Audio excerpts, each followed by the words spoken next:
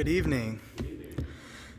Tonight I want to talk about contentment, and I thought about this a lot last week because in the teen class lately we've been listening to the chapel services from Freed-Hardeman University, and the guy last week had a really good message about Ecclesiastes and about contentment and it all ran together, but I kind of originally thought Ecclesiastes wasn't really about contentment. It was more about how this writer wants to find out what the purpose of life is. But when you really start to read into it, it can be taken both ways, because he finds out why he's not content by the end, because he finds out all these things that he thinks are going to make him content, wealth, wisdom, but they don't. And in Ecclesiastes, starting in chapter 1, verse 1, it says, "The words of the preacher, the son of David, king in Jerusalem. Vanity of vanities, says the preacher, vanity of vanities. All is vanity. What does man gain by all the toil at which he toils under the sun? A generation goes and a generation comes, but the earth remains forever. The sun rises and the sun goes down, and hastens to the place where it rises. The wind blows to the south and goes around to the north, and around goes the wind, and on its circuits the wind returns.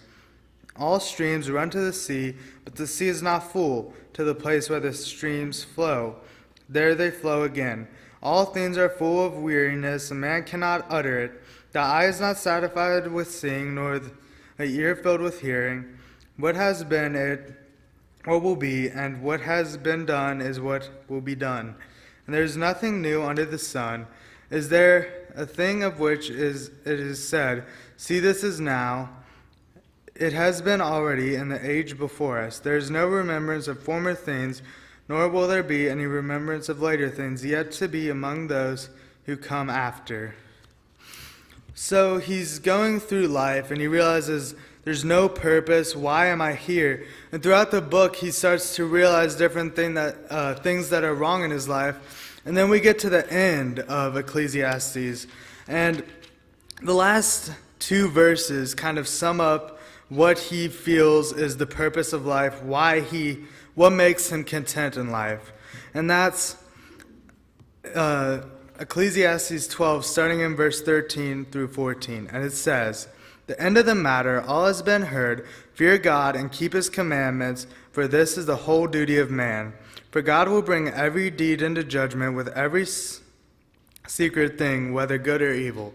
So he realizes the reason he can't be content is because his focus isn't in the right place. He's focusing on all of these earthly things through slaves and through wisdom and through wealth, but he realizes that until he focuses on God, that's when he becomes content. And then if we look in the New Testament, my favorite passage, Philippians 4, 10 through 13, it talks about how Paul learns to be content. And starting in verse 10 it says, "I rejoice in the Lord greatly that now at length you have received your concerns for me. You were indeed concerned for me, but you had no opportunity. Not that I am speaking of being in need, for I have learned in whatever situation I am to be content.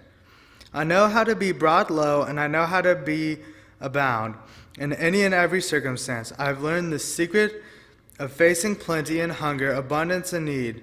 I can do all things through Christ who gives me strength."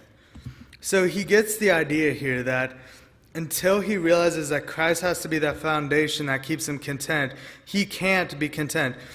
Paul struggles a lot in his life as a minister because he gets thrown in prison.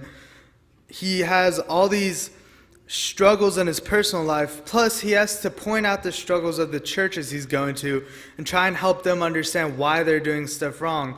But he always goes back to the same purpose that I don't think we always go back to. And it's that you can't be content on anything earthly unless you're content on God.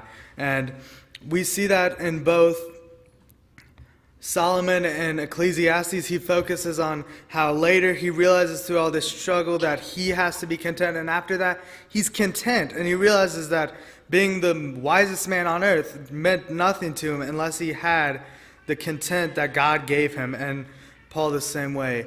So if you need help with that content or need anything tonight, please come forward as together we stand and sing.